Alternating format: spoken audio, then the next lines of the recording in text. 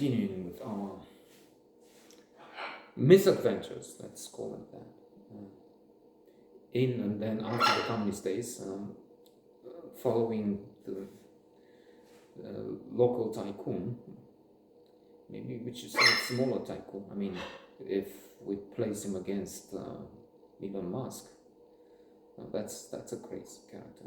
Yes, that's like good and all that, but he has some side. Well, we all have. Maybe he puts Trump back on the platform. So compared to Musk, our local Nabab is tiny, of course, but he could be worth a few $100 million, which is a lot when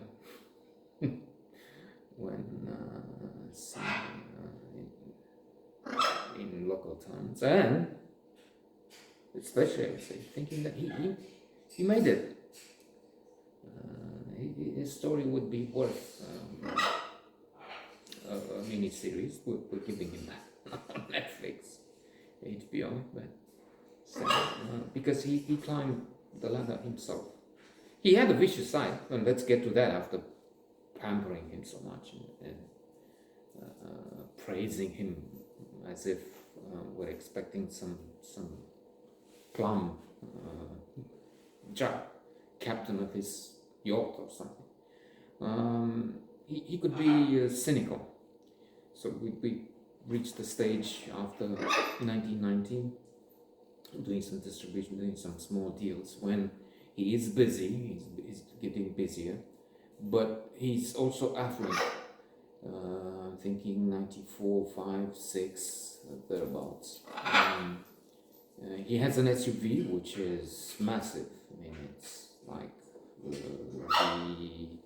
in the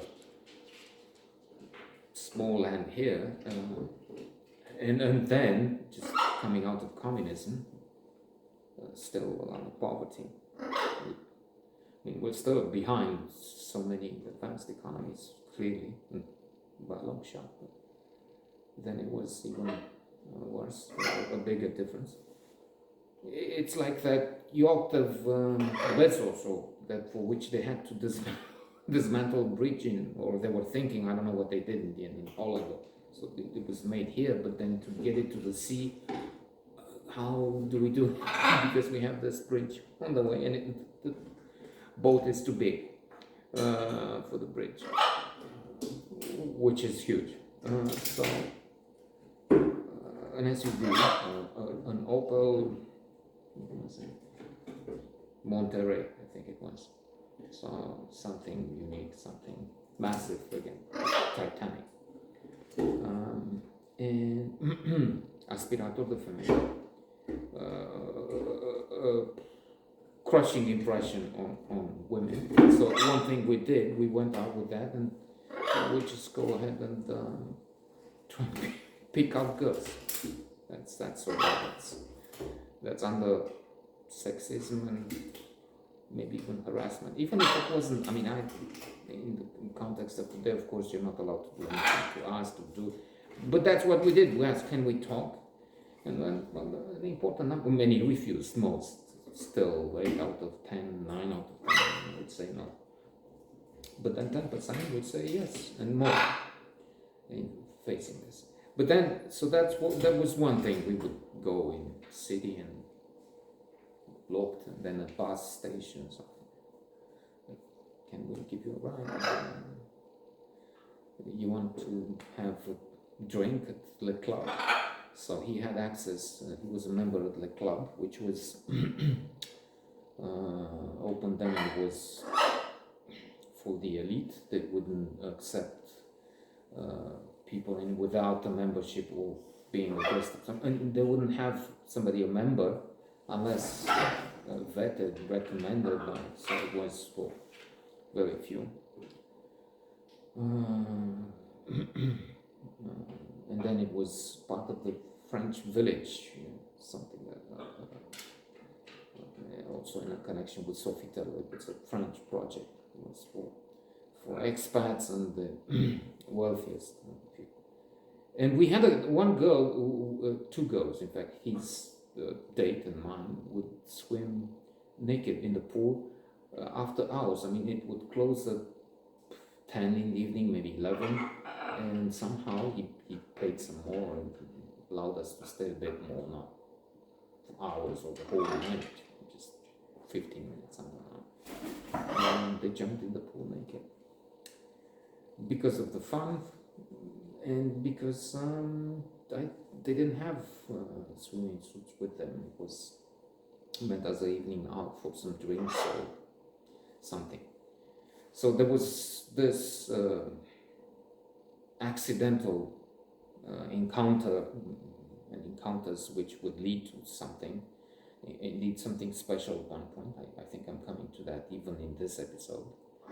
I need to change and do some other characters, even if there's awful tycoon.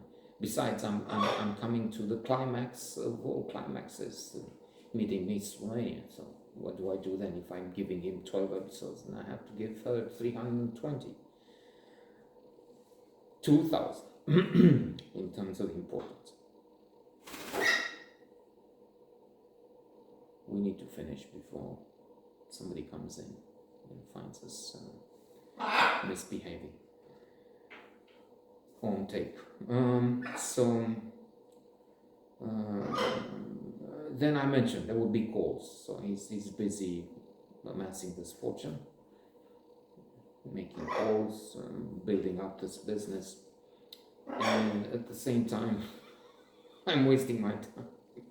And at my office, a lot of the time that would happen at this office with Mader, and I had a partnership near the Intercontinental Hotel, right next to it.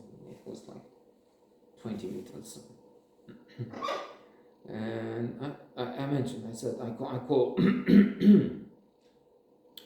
Kathy, Mira, whoever. Do you have Diana?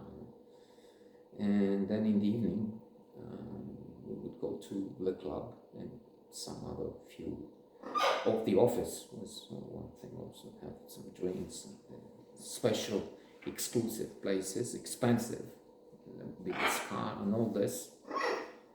His image of successful fellow on the way up would seduce. And this time I mentioned Nikki Nicole when I've stolen his date, one of the most beautiful indeed. Now it was a reverse situation where I would call so to say ex-girlfriends, even if it wasn't really girlfriends, girls I dated, and then they would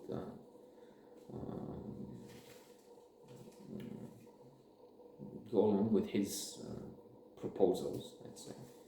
In one situation, this girl from Ionit I had liked her for some years, going out with I would walk my dog there and she would have her Dalmatian, and I kept hoping and making suggestions, and then when we go out, I think he called and I said, shall we go together to this?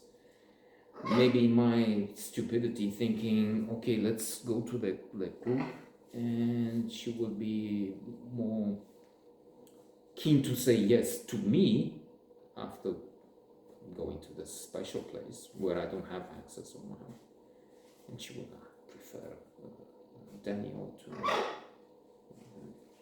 I used to be better looking, but she did. So that was it. And then let's try, as I said, come to an end with his part in my story. And mention the cynical aspect. So sometimes he would think he's into it up to 9 o'clock in the evening, or he's not going to get off, but he would just arrive at the place where I walk the dog, because that was for me. When you have a dog, those who have no, you have to take him out. You have to include that. You can't. Mine was a special thing because he in terms of friends, he was the best friend for those 10 years or so he lived. Derry Van Horn, named from the Jack Nicholson character in The Witches of Eastwick. And so he would, at the pool, and I was at the pool, he would wait outside. Or the manager of the pool liked him so much, so from one time on, he would put him in and have him sit on an armchair. That was the sight, to come to this pool and find in the lobby a dog waiting on an armchair, and a German Shepherd at that. Well trained, well behaved, nice, but still a surprise. And he would say, so he come near the National Theatre, where, okay, so I'm free. I didn't think so, but I'm free. I said, yeah, but I'm with Derry. I'm with the dog. Oh, we'll take him along. Really? Yeah, now tie him to the car. That was his sense of fun. I mean, you wouldn't bring Derry in, even if he had a boot in the SUV at the back, which was the size of this part of the room. And no, I'm exaggerating. He could, but he didn't have a dog. He didn't like animals. And in a way, I understand that, having those. I mean, they cut down your freedom to nothing. Down to nothing. You're not free to do anything if you have parrots like these anymore. I'm sticking around the house most of the time and doing this thing. Okay, so the perverse thing that happened, I mean, the only time. So we meet where he invites me to come along. He has some business to do in Neptune, on the Black Sea coast. Signed some deal with the people there for distribution again.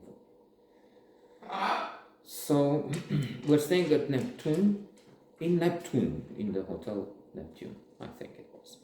But well, he does what he has to do, and then in the evening we drive the car north to Mamaia, where we were supposed to eat at Brex, which was the best Brex in Olymp, were the two best back then. And